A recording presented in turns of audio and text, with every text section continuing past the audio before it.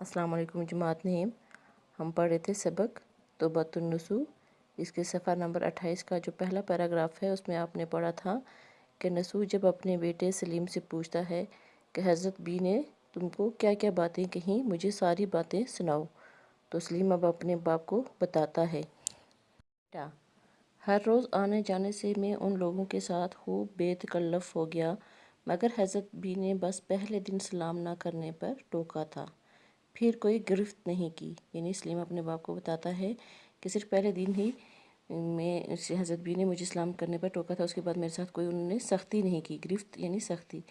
बावजूद ये कि मैं शोखी भी करता था लेकिन वो खफा नहीं होती थी, कि हज़रत बी के साथ मैं शरारतें भी करता था, शोखियाँ भी करता था, लेकिन वो नाराज़ नहीं होती थी।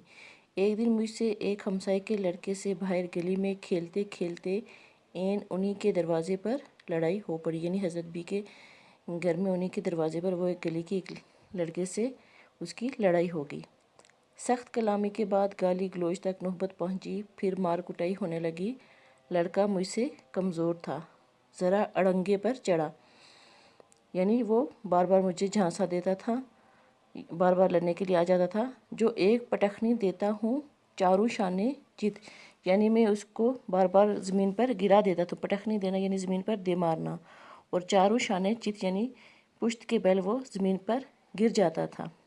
फिर तो मैं उसकी छाती पर चढ़ बैठा और बच्चे को ऐसे घूंसे दिए कि याद ही किए होंगे। अगर लोग छुड़ा न देते तो मैं उसको अधमुआ ही कर देता, यानी मरने के करीब उसको इतना मार मार के उसका हाल ख़राब कर देता।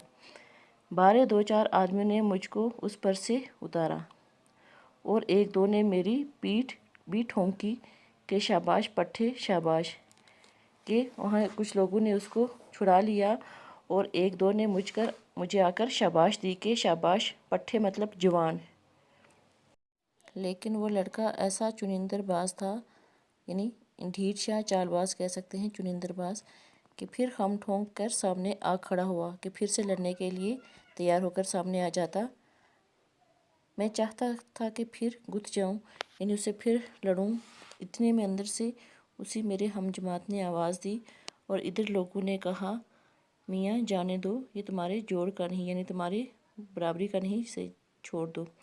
गर्ज में अंदर चला गया। मेरे हम जमात ने पूछा कि क्यों जी, किससे लड़ रहे थे? मैंने कहा, मियाँ यही कुंजड़े वाला, यानी सब्ज़ी वाला, कुंजड़े वाला सब्ज़ी वाला, रमज़ानी कमज़ोर मार खाने की निशानी।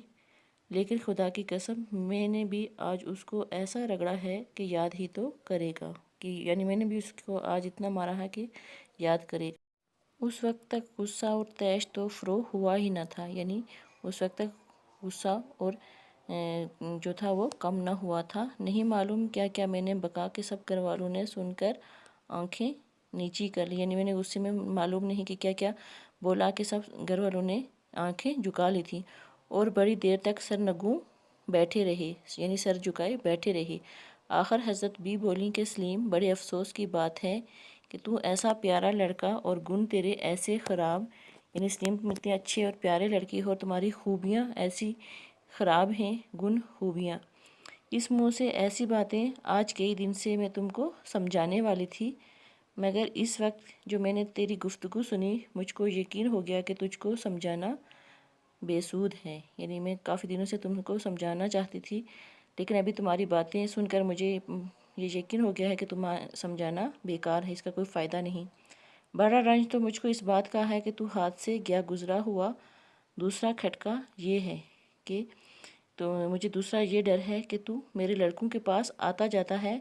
अगर खुदा न ख्वास्ता तेरी खूबू का एक शुमा, यानी तुम्हारी आदत का कोई एक हिस्सा इन्होंने इख्तियार कर लिया तो मेरी तरफ से जीते जी मर ले, मतलब मर जाए।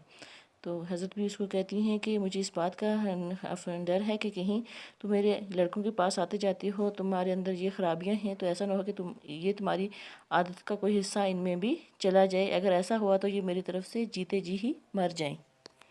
मिलना जुलना तो बड़ी बात है, अब ये मोहल्ला मुझको छोड़ना पड़ा। यानी हज़रत भी सलीम को कहती हैं कि ऐसे लोगों से मेल जोल रखना तो दूर की बात, हम ये मोहल्ला ही छोड़ देंगे।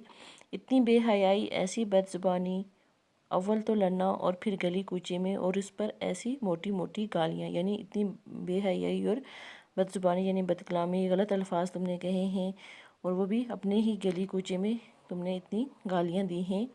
میں جناب خدا کی قسم ہرگز میں نے پہل نہیں کی۔ وہ سر پر چڑھ کر مجھ سے لڑا۔ اب جو سلیم ہے وہ حضرت بی کو اپنی صفائی پیش کر رہا ہے کہ میں نے اس سے لڑنے میں پہل نہیں کی، بلکہ وہ خود بلکہ زبردستی مجھ سے لڑا ہے۔ حضرت بی: بس اپنی قسموں کو بند کرو، میں قسم اور گالی دونوں کو برابر سمجھتی ہوں۔ جس کو بے موقع بے محل خدا کا نام لینے میں باک نہیں، یعنی جو یہ وقت اور موقع دیکھے بغیر اللہ تعالیٰ کا نام لیتا ہے، اس کو کوئی ڈر نہیں، اس کو کسی بات کے وقت دینے میں تامل نہیں، یعنی وہ کوئی بھی بات کہہ دینے میں اس کے لیے کوئی رکاوٹ نہیں ہو سکتی۔ یہاں تک اس پیراگراف کو آپ سب بچوں نے اچھی طرح سے سمجھ کر پڑھنا ہے۔